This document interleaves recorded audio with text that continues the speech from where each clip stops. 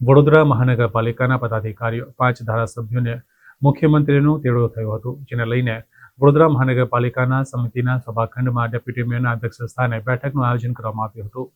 વડોદરા મહાનગરપાલિકાના પદાધિકારીઓ 5 ધારાસભ્યોને મુખ્યમંત્રીનું તેડું જોઈને વડોદરા મહાનગરપાલિકાના સમિતિના સભાખંડમાં ડેપ્યુટી મેયરના અધ્યક્ષસ્થાને બેઠકનું આયોજન કરવામાં આવ્યું હતું. આ બેઠકમાં municipal commissioner Dilip Rana, deputy mayor Chirag Barot, સ્થાયી સમિતિના ચેરમેન ડોક્ટર શીતલ મિસ્ત્રી, દંડક શૈલેષ પાટીલ, નેતા મનોજ પટેલ, કોર્પોરેશનના સેક્રેટરી ચિંતન દેસાઈ અને સિટી એન્જિનિયર અલ્પેશ મજમુદાર ઉપસ્થિત રહ્યા હતા. શહેર ભાજપમાં અને ખાસ કરીને ચૂંટાયેલી ભાગના પદાધિકારીઓ વચ્ચેની માથાકૂટ નવી નથી. શહેરના અનેક કાર્યક્રમોમાં નાની મોટી બાબતે પદાધિકારીઓ વચ્ચેની જૂથબંધી નજરે પડતી હોય છે. ત્યારે શહેરના 5 ધારાસભ્યોને પાલિકાના 5 પદાધિકારીઓને મુખ્યમંત્રીનું તેડું આવ્યું છે. શનિવારે સાંજે ગાંધીનગર ખાતે મુખ્યમંત્રી સાથે બેઠક થશે. પદાધિકારીઓનો દાવો છે કે શહેરના વિકાસ માટેની ચર્ચા સંદર્ભે તેમને બોલાવાયા છે.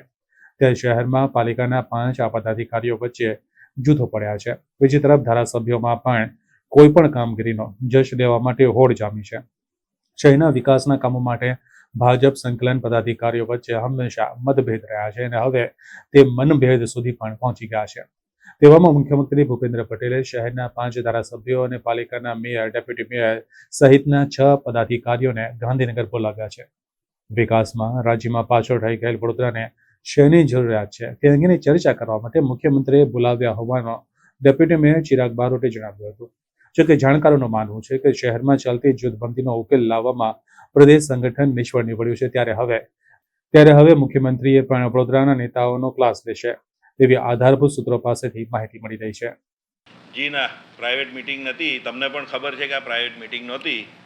એટલે આ વિષયને તમારે જે માનવું હોય તે પછી મેં ઇન્ટરવ્યૂ આપી દીધો છે અને તમને જે યોગ્ય લાગે એ રીતે બતાવજો. મીડિયાને કોઈને રોકવામાં આવ્યા નથી. તમારા સિવાયના બધા જ મીડિયા અહીંયા ટાઈમસર આવ્યા હતા અને અમે કોઈને બોલાયા નથી. સમજો, કોઈ પણ મીડિયાને અમે આમંત્રણ આપ્યું નથી. બધા પોતાની રીતે પોતાના ટાઈમે આવ્યા હતા. ચાલુ મિટિંગ હતી એટલે અમે એમને સિક્યુરિટીને કીધેલું કે ભાઈ આ હવે અંદર હમણાં કોઈને આવવા ના દેતા. હવે અમારા ચેરમેનશ્રીએ તમને પરમિશન આપી એ સિક્યુરિટીને ખબર નહોતી. ખાસ કરીને 5 પદાધિકારીઓ, મેયર, ડેપ્યુટી મેયર, ચેરમેન, નેતા, દંડક અને 4 ધારાસભ્યશ્રીઓ ને આજે આમંત્રિત કર્યા છે કે વડોદરા અંગે આગામી આયોજનમાં શું કરવા જેવું છે એ માટેના સૂચનો માગે એવી શક્યતાઓ છે. આથી એક આગોતરી તૈયારીના ભાગરૂપે મ્યુનિસિપલ કમિશનર, સિટી એન્જિનિયર અને 5 પદાધિકારીઓ વચ્ચે મિટિંગ કરવામાં આવી હતી કે ભાઈ આપણી પાસે શું ખૂટે છે અને શું માગણી કરી શકાય એ બાબતની ચર્ચાઓ હતી. અલગ અલગ મુદ્દાઓ પર ચર્ચા કરી છે, પરંતુ અત્યારે ડિક્લેર કરવી બહુ યોગ્ય નથી, કારણ કે ત્યાંની મિટિંગમાં શું થાય છે અને માનનીય મુખ્યમંત્રી સાહેબ જ ડિક્લેર કરે એ વધુ યોગ્ય જાણે. એટલે નાના મુદ્દાઓ હોય, પાણીના મુદ્દા હોય, ગટરના મુદ્દા હોય,